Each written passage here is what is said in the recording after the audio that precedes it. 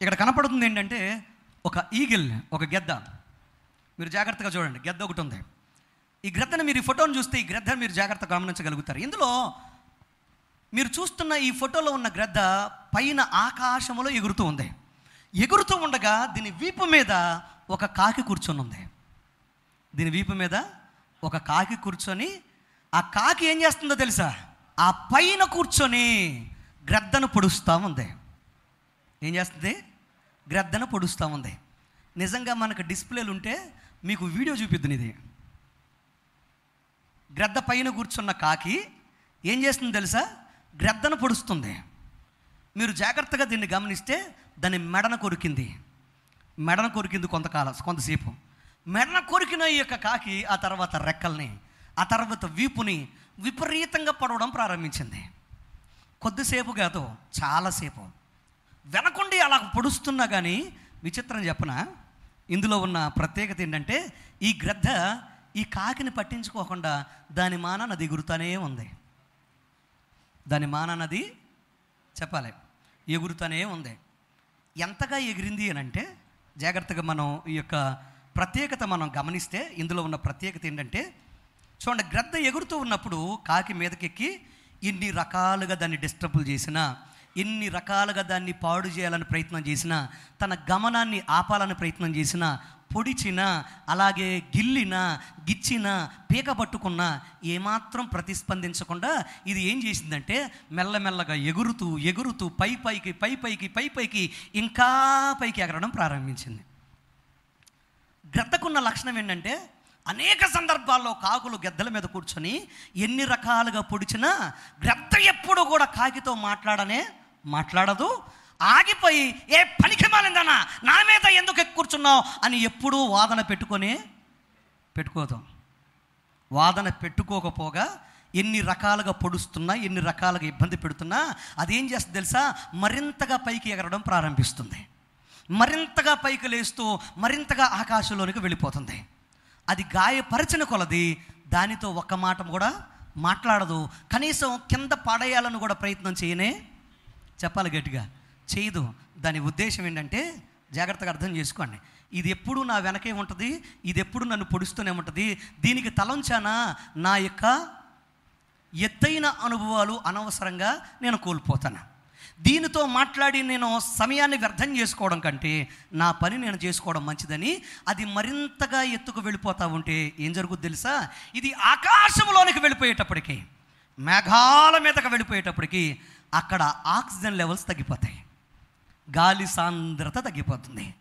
ఎప్పుడైతే గాలి సాంద్రత తగ్గిపోతుందో వెనక కూర్చొని పొడుస్తున్న ఆ కాకికి ఊపిరాడదప్పుడు. ఊపిరాడక అది ఏం చేస్తుంది తెలుసా? ఇంకా పొడవడం మానేసి అది పొడవకుండా మొరచెల్లిపోయి అప్పటి వరకు పైన కూర్చొని గెంతులేసి దాన్ని పొడిచి దాన్ని పాడు చేసి దాన్ని కింద పాడేసి దాన్ని అవమానపరచాలనుకున్నది అక్కడ నుండి దాని యొక్క నడుము మీద నుంచి జారి కింద పడి చచ్చూరుకుంటుంది. ఇది మాత్రం ఎవరో చెప్పండి, ఎవరో? ఈ గ్రద్ద మాత్రం ఇంకా ఆకాశంలోనికి ఎవరూ వెళ్ళలేని ఎత్తైన ప్రదేశాలకు వెళ్ళి రెక్కలు చాచుకొని ఎగురుతూ ఆ అద్భుతమైన ఆనందాన్ని ఆస్వాదిస్తూ ఉంటుంది. చప్పట్లు కూడా దేవుని నామాన్ని కనపరచండి. మీరు కూర్చోండి. నా ప్రియ సహోదరి సహోదరురా, ఎందుకు ఈరోజు ఈ మాట మీకు నేను చెప్తున్నానంటే జీవితంలో జాగ్రత్తగా అర్థం చేసుకోండి.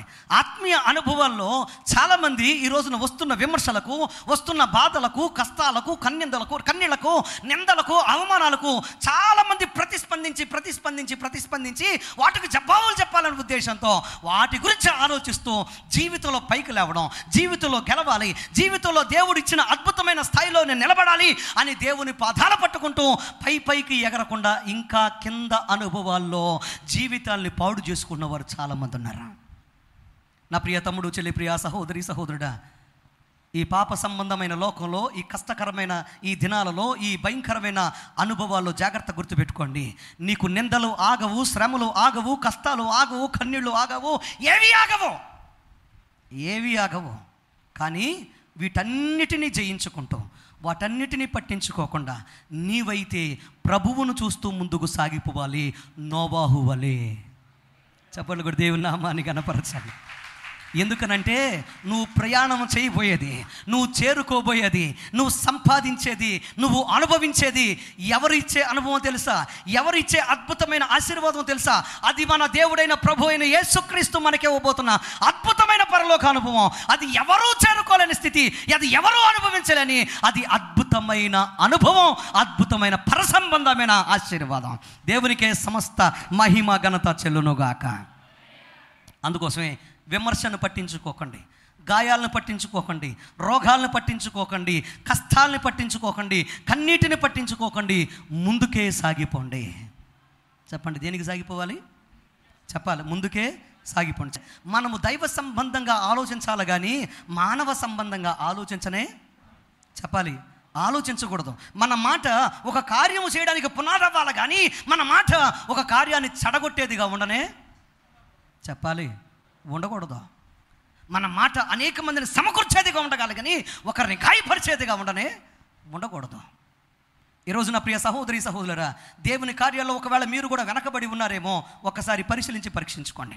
చూసేది దేవుడు, ప్రతిఫలం ఇచ్చేది దేవుడు. సమకూర్చుకోవాల్సింది నీవు. నీ జీవితంలో సమకూర్చుకుంటూ దేవుని యొక్క సన్నిధిలో దేవునికి భయపడుతూ ముందుకు సాగిపోతే ఆయన నీ జీవితంలో అద్భుతమైన ఆశీర్వాదంతో నిన్ను నిలబెడతాడు. హల్లెలూయా. అందుకోసమే ఏదైనా మీ జీవితాల్లో మన యొక్క సంఘ కార్యక్రమంలో దేనిలోనైనా కానీ పాలు పంపులు పంచుకోవాలి కానీ దాన్ని ఎట్టి పరిస్థితుల్లో నువ్వు విమర్శించనే చెప్పాలి, విమర్శించకూడదు. యవనస్తులు మీకోసం ఇది. ఒకవేళ మీకు విమర్శలు ఎక్కువ అవుతున్నాయేమో, విమర్శలను చూసి వెనక్కడుగు వేయగొద్దు. దేవుని వైపు చూడండి, దేవుడు మీకు ప్రతిఫలం ఇస్తాడు. రెండు చేతులు ఎత్తి హల్లెలూయా. ఎందుకు ఈ మాట మీకు చెప్తున్నానంటే, నీ పని నువ్వు చేయట్లా, నా పని నేను చేయట్లా, మనం అందరం కలిసి ఎవరి పని చేస్తున్నాం చెప్పాలి, దేవుని పని చేస్తున్నా. దేవుని పని మన జీవితాలకు ఆశీర్వాదం, ఆరోగ్యం, నెమ్మది, ఐశ్వర్యమును తెచ్చిపెడుతుంది. అలాగే పరలోక రాజ్యాన్ని మనకు తెచ్చిపెడుతుంది. దగ్గరగా చెప్పండి, నామాన్ని కనపరచు. ఈరోజు దేవుని యొక్క వాక్యం చెప్తున్నమాట ఏమనంటే, మన జీవితంలో యెహోవా యందు భయభక్తులు కలిగి ఉండుటే జ్ఞానమునకు చెప్పాలి, జ్ఞానమునకు మూలం. మొట్టమొదటి రాసుకోండి, ఫౌండేషన్ ఆఫ్ విజ్డమ్. జ్ఞానమునకు పునాది. మన జీవితాల్లో మనం ఎప్పుడైతే దేవునికి భయపడతామో మన భయమును బట్టి, వింటున్నారా, మన భయమును బట్టి, మనం లోబడే మనసును బట్టి మన జీవితాల్లో ఆయన జ్ఞానమునకు పునాది వేస్తాడు. ఏం చేస్తాడు? ఆయన జ్ఞానమునకు మన జీవితంలో పునాది వేస్తాడు. ఇటు చూడండి, నన్ను అందరూ ఒక్కసారి రాసేసుకున్నారు కదా, జాగ్రత్త చూడండి. జ్ఞానము ఇంగ్లీష్లో నాలెడ్జ్ అని అంటారు. ఒక వ్యక్తి ఏదైనా సరిగా చేయకపోతే చాలామంది ఏమని అంటారు తెలుసా? వీళ్ళు ఊరు నుండి వచ్చారండి. సహజంగా మనలాంటి పల్లెటూరుల వాళ్ళ గురించి చెప్తూ ఉంటారు. ఈ ఏజెన్సీ ప్రాంతాల్లో ఉన్నవారి గురించి చాలామంది, పట్టణాల్లో ఉన్నవారు, విదేశాల్లో ఉన్నవారు కొంచెం జాలి చూపిస్తూ ఉంటారు. ఎందుకో తెలుసా? వారు ఏజెన్సీ ప్రాంతం అండి, లేకపోతే గ్రామాల నుంచి వచ్చారండి, వారికి ల్యాక్ ఆఫ్ నాలెడ్జ్ వల్ల ఇది చేయలేకపోయారండి అని అంటూ ఉంటారు. ఈ మాటలు విన్నారు ఎప్పుడైనా? ఎందుకంటే ల్యాక్ ఆఫ్ నాలెడ్జ్ అంటే ఒక విషయం గురించిన పరిపూర్ణమైన జ్ఞానము లేకపోతే ఇన్ఫర్మేషన్ తెలియకపోతే, అవగాహన లేకపోతే దాన్ని ల్యాక్ ఆఫ్ నాలెడ్జ్ అని అంటారు. అవగాహన లోపాన్ని ల్యాక్ ఆఫ్ నాలెడ్జ్ అని అంటారు. వింటున్నారా? ఈ రోజున చాలామంది జీవితాల్లో ల్యాక్ ఆఫ్ నాలెడ్జ్ ఎందుకు వస్తుందంటే ల్యాక్ ఆఫ్ ఎడ్యుకేషన్ వల్ల వస్తుంది. చదువు లేకపోతే జ్ఞానము చెప్పాలి, గట్టిగా చెప్పాలి. డాక్టర్ బిఆర్ అంబేద్కర్ గారు ఉన్నారు కదా, ఈ రోజున చాలా ప్రపంచవ్యాప్తంగా, ముఖ్యంగా ఇండియాలో ఆయన్ని దేవుడు తర్వాత దేవుడికి ఎందుకు కొలుస్తారంటే, ఆయన మొత్తం ఈ దేశంలో ఉన్న చిన్నవారికి కూడా, పనికిరాని వారికి కూడా, కుగ్రామాలకు కూడా ఆయన చదువు యొక్క ప్రాధాన్యతను తెలియజేస్తూ చదువుకునే హక్కు ప్రతి ఒక్కరికి ఇవ్వాలనే ఉద్దేశంతో రాజ్యాంగంలో దాన్ని పొందుపరిచారు కనుక.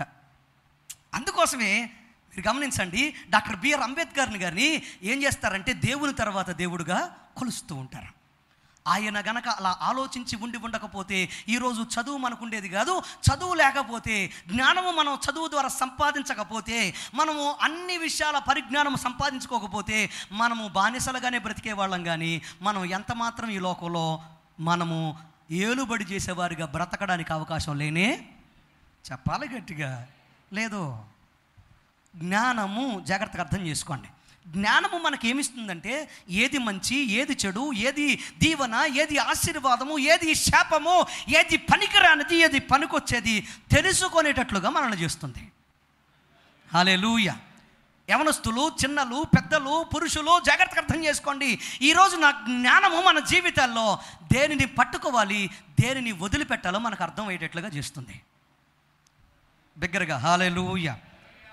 సామెతల గ్రంథం 1వ అధ్యాయం 7వ వచనం. సామెతల గ్రంథం 1వ అధ్యాయం 7వ వచనం. త్వరగా. యెహోవా యందలి భయభక్తులు కలిగి ఉండుట తెలివికి మూలము. మూర్ఖులు జ్ఞానమును వివేచనమును తృణీకరించరు. దేవునికి స్తోత్రం చెప్పండి. హల్లెలూయా. యెహోవా యందలి భయభక్తులు కలిగి ఉండుట జ్ఞానమునకు, చెప్పండి, తెలివికి మూలమని దేవుని వాక్యం సెలవిస్తుంది. అంటే ఈ రోజున మన జీవితంలో మనము జ్ఞానము సంపాదించాలి. ఆ జ్ఞానము ద్వారా ఏది మంచి, ఏది చెడు, ఏది పట్టుకోవాలి, ఏది పట్టుకోకూడదు, దేన్ని అనుసరించాలి, దేన్ని ద్వేషించాలి, దేన్ని వదిలిపెట్టాలనేది మనకు తెలుస్తుంది. మూర్ఖులకు జ్ఞాన సముపార్జన, చెప్పండి, అది ఆశగా, అది తాపత్రయంగా ఉండదు. నన్ను చూడండి ఒకసారి. ఇప్పుడు చెప్తాను, మంచి ఉదాహరణ చెప్తాను, జాగ్రత్తగా వినండి. ఒక సహోదరుడు ఉన్నాడు, సహోదరుడు ఇంచుమించుగా చాలా ఇబ్బంది పడ్డారు. వారు చాలా ఇబ్బంది పడి చాలా నలిగిపోతూ ఉండేవారు. ఎందుకంటే సహోదరుడు తనకున్న బలహీనతలు జయించలేకపోయేవాడు.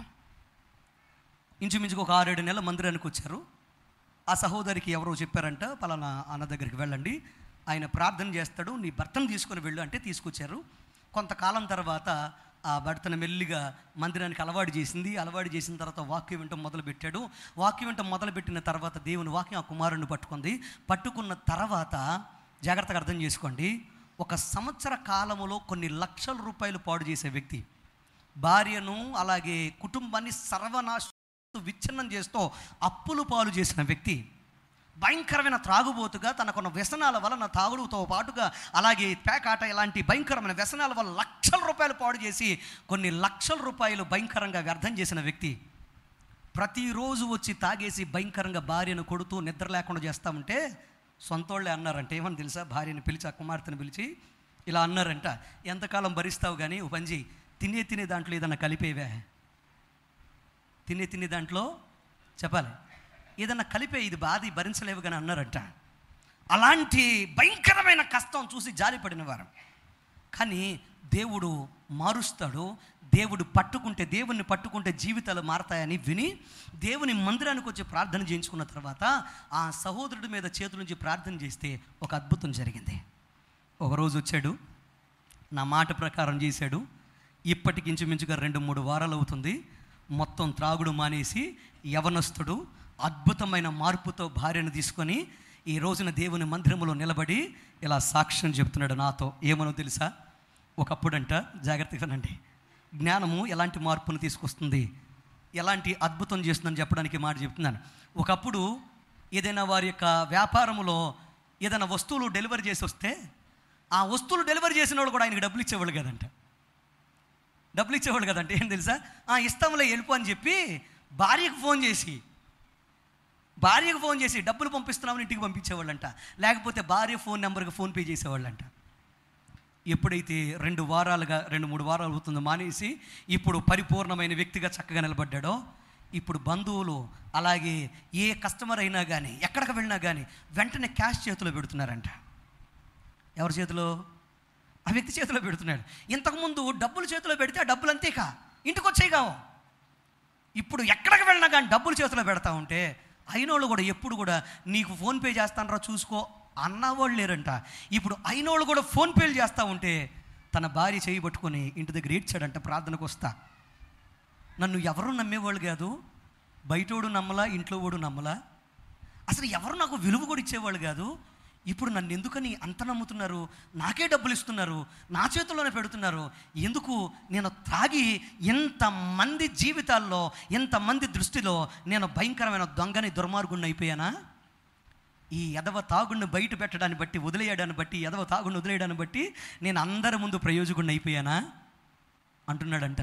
ఇంకా జీవితంలో అన్న మాట మనం జవదాటనే చెప్పాలి, ఇంకా అయ్యగారి మాట మనం జవదాటకూడదు. ఆ మాట పట్టుకొని మనం ముందుకు వెళదాం. నేను ఈ 2-3 వారాల్లోనే మానేస్తే ఇంచుమించుగా 2 లక్షలు అప్పు తీరిస్తే నేను పరిపూర్ణంగా దేవునిలో నిలబడితే ఎంత డబ్బును సంపాదిస్తానే నేను. చెప్పలు కూడా దేవుని నామాన్ని కనపరచాను. జ్ఞానము. వినండి నా ప్రియ తమ్ముడు, చెల్లి, ప్రియ సహోదరి, సహోదరుడా, దైవ జ్ఞానము. ఏ జ్ఞానం అది? Divine knowledge.